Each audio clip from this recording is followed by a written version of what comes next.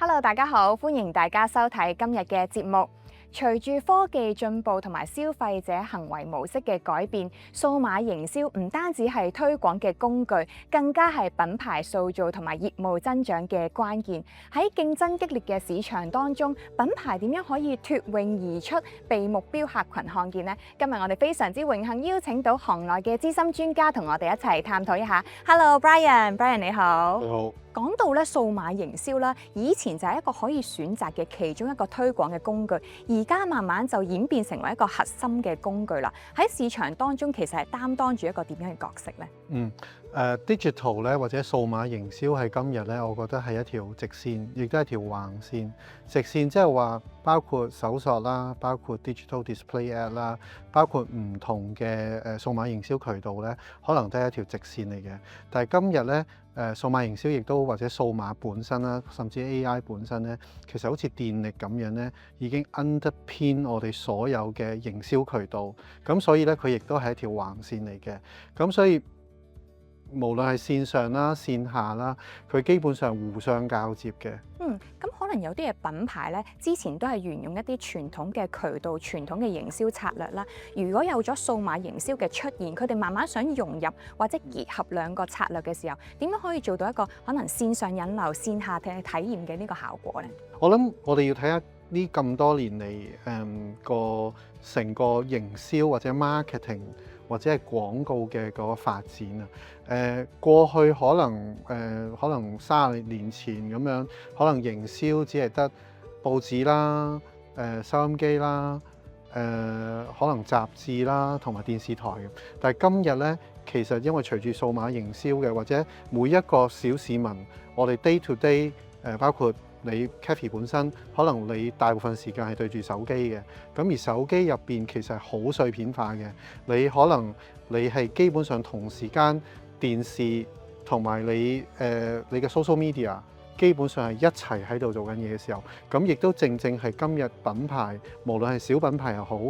或者大品牌又好，佢要跟得上嘅話，係跟消費者嘅行為。要跟得上消費者嘅行為咧，佢最重要做到嘅就係話，我應該係邊一啲渠道係可以有一個 story， 即係有個故事，有個好嘅內容，個內容係 relevant 嘅，可以推俾個用戶。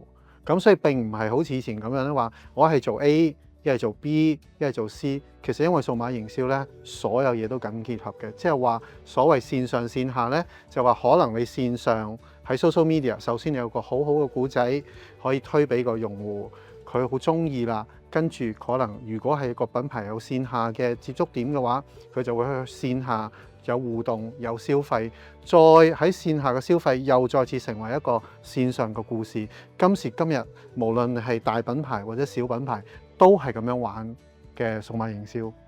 咁好似 Brian 你講到話，線上線下其實係一個緊密嘅聯繫啦。除咗有呢一個嘅策略之外，內容都係好重要。咁點樣嘅內容、品牌內容可以吸引到消費者願意去主動同人哋分享有呢一個嘅品牌嘅出現呢？今時今日已經好難齋做我哋所謂嘅 hard ad 或者係硬廣啦，即係我硬推俾你。消費者其實都好精明，因為以前嘅信息咧係唔透明嘅，咁變咗我可以硬廣推俾你。但係而家基本上喺社交媒體咧，信息係好透明，甚至消費者要去諗究竟呢個信息係真定係假嘅咧。所以反而係呢個時候咧，最重要嘅第一係個 story。你個故事本身係有冇 talkability？ 當我接觸到你呢個品牌嘅故事嘅時候，或者你嘅產品嘅故事嘅時候，我會唔會去傳播？我會唔會同我朋友去講？我會唔會 retweet？我會唔會 forward？另外就係 relevance， 就係話我講一個 story， 咁呢個 story 都要同我本身自身嘅 identity， 即係喺社交媒體 identity 有咩關係呢？我會唔會被感動呢？所以就去到第三點啊，就係話同嗰個品牌依然係要講嗰個 emotion 啊，即係同我之間嗰個聯繫係啲咩呢？咁所以就係話故事性有冇人 talk？ 第二就係嗰個關聯性，第三就係有冇感動到我。如果係做到以上呢三點，而可以用一個好快嘅 feedback loop， 即係話我嘅用戶會唔會有一啲迴響俾我啊？會唔會有啲咩故仔啊？甚至我可以將一啲用戶嘅故仔變成我嘅故事，再推出去嘅話呢，我覺得今日就係呢個營銷嘅藝術，無論係線下又好，線上又好咧，都係一齊諗嘅。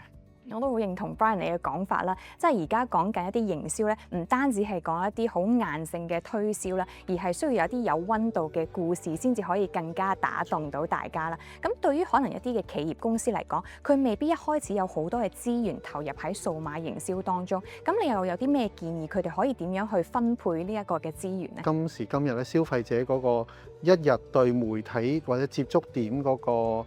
消費行為咧，或者係嗰個佢嘅時間分配咧，極之碎片化，所以咧我要定時定點去 target 一個 user 咧，其實係好困難嘅事情嚟嘅。咁所以我要有好多嘅策劃喺入邊。以往我可能要做一個廣告，其實佢有一個起步點㗎，但係反而今日因為社交媒體咧嘅興起啦，或者係已經係廣泛被應用咧，每一個人都係自己自媒體嚟嘅。我只要可以 create 一個 WeChat 嘅公眾號，又或者係我喺 IG 有一個自己嘅一個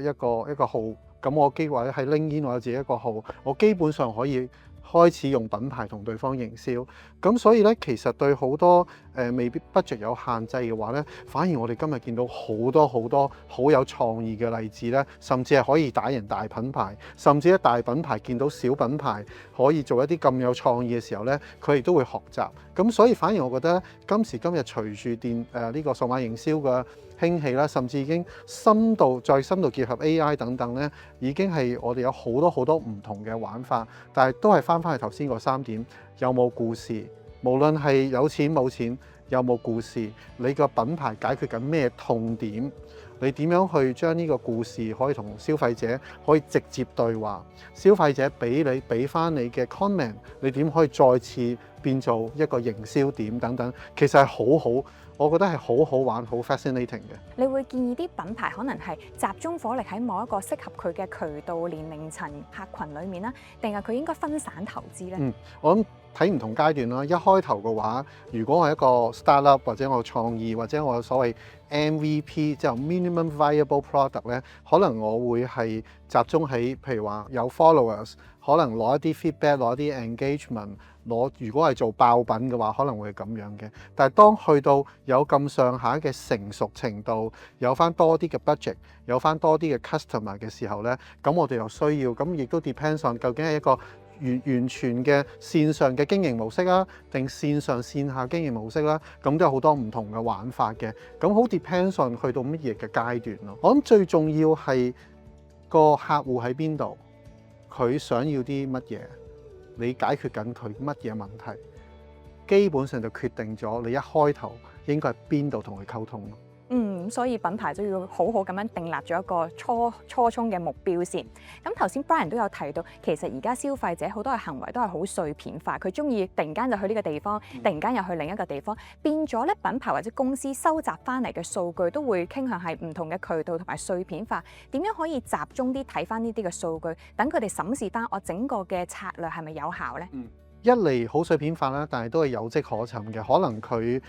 想揾一樣嘢資訊嘅時候咧，可能佢某一個地方去 search 啦，咁 search 完之後，可能佢會比較啦，跟住又會再問朋友啦，再 search 啦。雖然好碎片化，但係有跡可尋，呢個第一啦。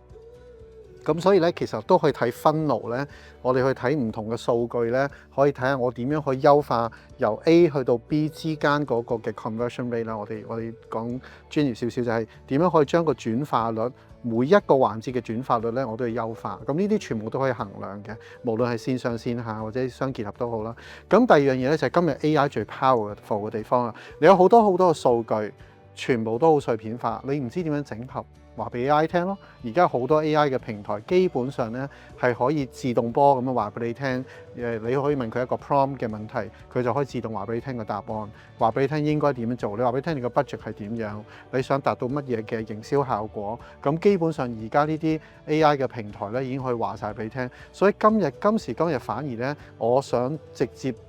直達我嘅消費者咧，其實如果願意經營嘅話咧，係幸福咗好多，因為一個人咧可能做緊10個人嘅嘢，基本上。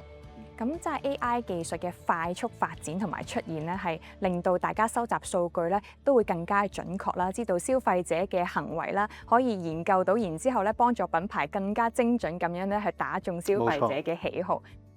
今日好多謝 Brian 同我哋分享咗數碼營銷嘅唔同策略，我哋下一集再同 Brian 繼續傾過。